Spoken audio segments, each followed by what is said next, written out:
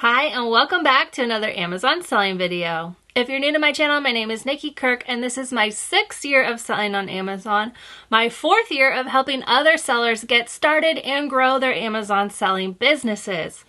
If you're new to my YouTube channel, I have a ton of free content right here for you, from how to source, how to prepare a shipment, how to do FBM, how to set up your shipping templates, and so much more. For more in-depth content, I have on my website, yoursellingguide.com, things for you to start selling on Amazon, so beginner FBA training course from no account to your first 6 months. And if you're already selling on Amazon and you're ready to grow your business, I have courses on how to get ungated, as well as the lead list group, the BOLO group.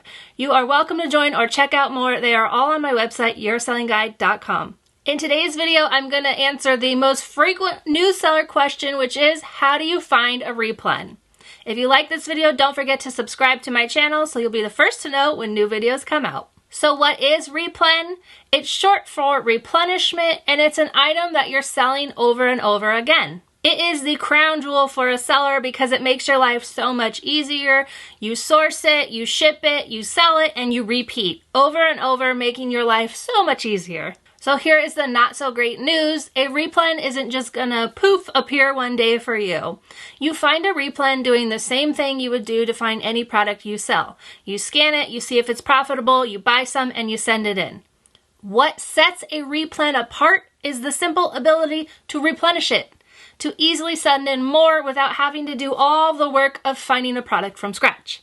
There is no magic way to a replen, but there is a lot of secrecy around it because people don't want their replens to take in price, so they're not just gonna readily offer them up to people, and thus becomes the mythical replen and why people think it's hard. There's really no like, here's how you do it, but I'm gonna walk you through how you can identify and most importantly, how you can hold your replens.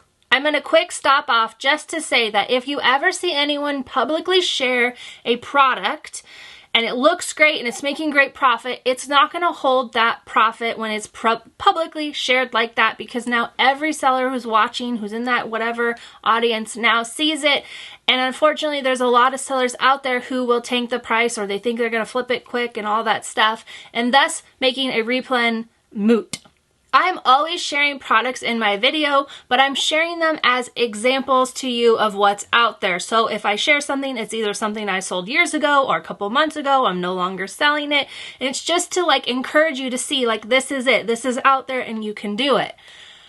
But if you're seeing things that are shared and they make great profit, just be aware that profit is going to eventually be whittled away to nothing. And so if you see a replen that you have shared publicly, it might not be a replen for very much longer. That's what I'm talking about, why there's so much secrecy around it, because sellers who really truly do sell are not just going to put their stuff out there publicly like that because, hey, they're trying to make money. So that's my small caveat to like just, there's all kinds of stuff out there now, but just be aware that just because you see it somewhere publicly does not mean it's great. However, if you're in a community or somewhere close, like I share replens with my friends and other sellers, that's different because I trust them and they're not going to give it away. So anyways, all that to say, just be careful what you see out there and be careful how many you buy of the things you see out there. The first part of understanding a replen is knowing that it might just be a replen for a season, it might be a replen for a year, or it might be a replen for years. There are things that I have been selling annually. If they're seasonal, I sell them, every time that season comes around, they're back out there and I'm selling them. That is a replen. There's also things that I'm chasing right now that are seasonal. They're like, it's not going to be there for very long. Or if the market gets oversaturated, a lot of sellers jump on it, price starts to come down, that replen might not be a replen for very much longer. I have things that I'm selling right now that I have been selling since the year I started. And I sell them off and on because as more sellers start to sell and the price starts to come down, I still keep scanning them, but they're not necessarily something I'm going to buy this week because it doesn't make profit right now. But hey, I'm going to scan it next week when I see it, see if the price has come up any, and if it has, I'll buy it. And now I have a replen with some peaks and valleys. I'm buying it for a couple months and then I'm not buying it because it doesn't make any money, and then it makes money again and I'm buying it again. So you want to be aware of any kind of brands that you sold in the past, that specific item if you sold it in the past, all things to watch out for in identifying replens, because just because it started tanking right now doesn't mean it's going to tank forever, and if you see it again, scan it again. Second thing about a replen is it starts out just like any other product you're sourcing. You don't know when you buy that thing that it's going to be a replen. You might have an idea.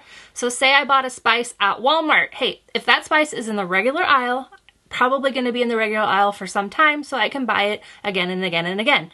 But I'm still going to do my initial test buy of it. So depending on a variety of factors like the price, how widely available is it, again, Walmart easy, how much does it weigh, how much prep is it going to take, all of that factors in. So usually my test buys are 4 to 6 items, sometimes 12 if it's really cheap and I just want to give it a shot. Once I do my initial test buy, as soon as I start to see that thing selling, I'm going and I'm getting more of that product.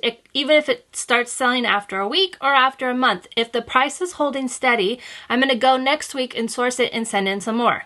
I typically so if I sent in 6 of a spice from Walmart, I'd probably buy 6 more, maybe 10 the next time, and just keep making sure it's selling. And if it continues to sell, then that's something I might send in, just continue a replen every week. How many I send in every week is, again, a variety of different factors. If there's a bunch of sellers on it, say my spice from Walmart has 10 other sellers who are buy box eligible, and I'm selling like 1 or 2 a week, maybe I'm going to send them in every 2 weeks instead of every week. Or maybe I'm going to send in 10 and then I'm going to wait a while until I get down to like 4 and then send 10 more in. It depends on you and how much comfortable you are sending it in there.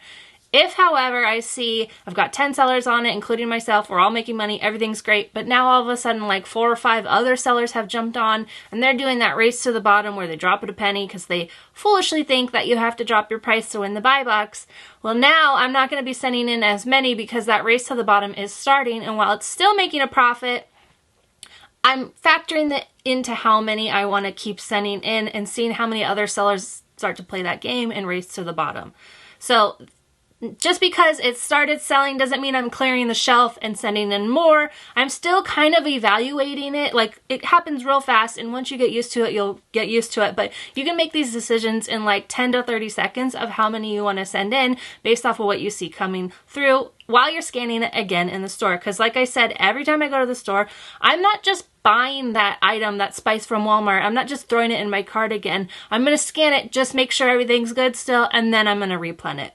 Now, this is the most important part of a replen, and if you don't hear anything else in this video, hear this. You will never have a replen if you're doing that race to the bottom. If you are contributing to lowering your price, thinking that's how you're going to win the buy box, and you're just going to continue to lower, and so is another seller, and so is that third follower, and now you're never going to have a replen.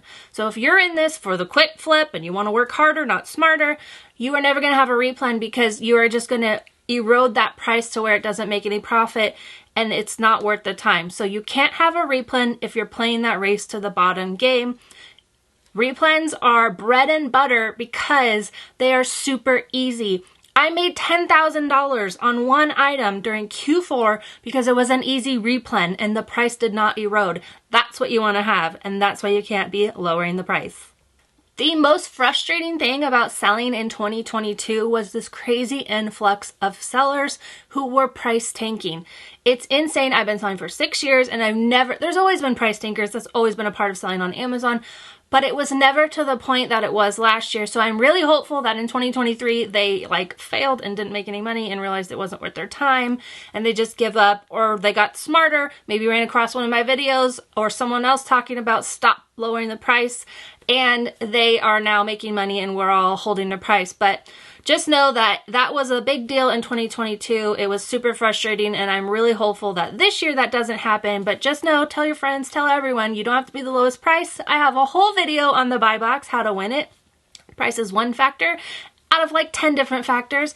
It's all about getting your products to the customer fast and free shipping or cheap shipping. That is what Amazon values over the buy box. You can make sales $5 to $10 over the buy box price if you have the product available. Again, I have a video, I'll link it here, which goes over the buy box in more detail, but if you hear one thing in this video, you cannot lower your prices, continuing to lower your prices and drop the price on a replen, or you're never going to have a replen, and everyone wants a replen. Third thing about a replen, and this question comes up a lot, but the amount of sellers on a listing does not necessarily matter. Like I said, if 10 other sellers are on it, but we're all basically the same price, then the buy box is going to rotate between us as our products are available. So if I have my 4 available right now, but the other 9 sellers are in transit, or maybe they cost shipping, mine's going to win the buy box over those, but it's also going to rotate. That's why I don't mind sharing leads with other people, my friends, my sellers that I know, because I trust them to be holding the price, and I know that we are all going to be making profit on this replen, and we're all going to hold our price. The buy box is going to rotate. Like, it's not like this, like, all out, like, I gotta have it. It's going to rotate between sellers, so you are going to make sales. Again, it doesn't necessarily matter how many sellers are on it, unless you start to see an influx of sellers on it, in which case, then you might see the price start to drop. Like I mentioned earlier, the more sellers, the more chances you're going to get one of those price tankers on it. And then if another seller is like, oh, I'm going to drop my price too, and that whole thing just starts and it erodes. So if you see that more sellers start to pop on your replen, make sure you're paying attention to how much they have and how much the price, if they're dropping it, if they're doing that 99, 98, 95 thing, then it's eventually going to erode away. And you can keep selling it for as long as you can and make money, but it might take a while for them to drop off and the price to come back up. Also, when you're pricing, you can raise your prices. That's how the price comes back up. If you think your item might be a replen and there's a lot of sellers on it, you can go ahead and check Keepa, which will tell you if the price is stable. If you see the price is pretty stable, the line is like, maybe it goes like this, but it's pretty much a straight line, then that means your price is stable, and that could be a great replen. Every item out there, when you first scan it, has the potential to be a replen, but it's all up to you to view it like that and to price it like that. If you find something at TJ Maxx or Ross, they do have stuff that they replen throughout the year, so you might be able to find a replen there. Easy replens are going to be found at places like a grocery store, Target, Walmart, where they're going to have the same stuff on shelf all the time.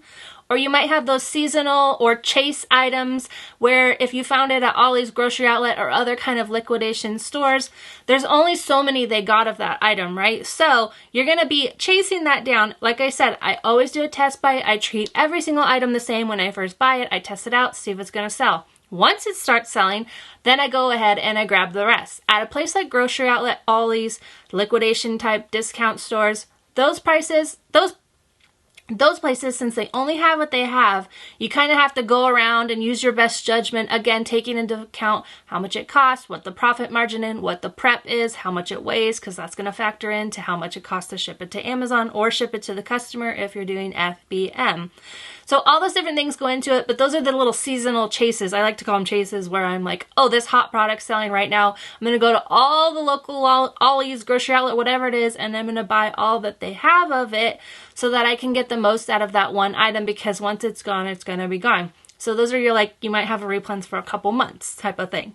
Seasonal items are great replens because you know that they're going to come back the next year. So I have an item I sell every Q4. It comes back every Q4, and every time I see it, I go ahead and grab all of them now that I know they sell year after year.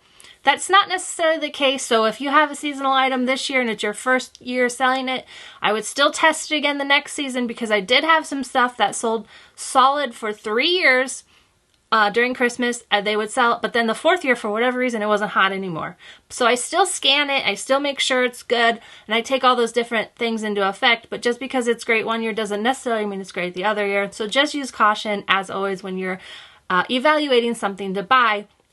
But the great thing is there are a lot of seasonal items like that. So in summertime, there's specific items I sell every summer, and that just keeps happening every year. So as you keep selling, you'll get a lot easier on identifying these replens, but they are not some like magical unicorn out there. It's just a product. It's most likely an everyday product, and it's up to you to make it a replen by holding the price and then sending it in over and over. That is how you find a replen, and that is how you can make your Amazon business so much easier for yourself.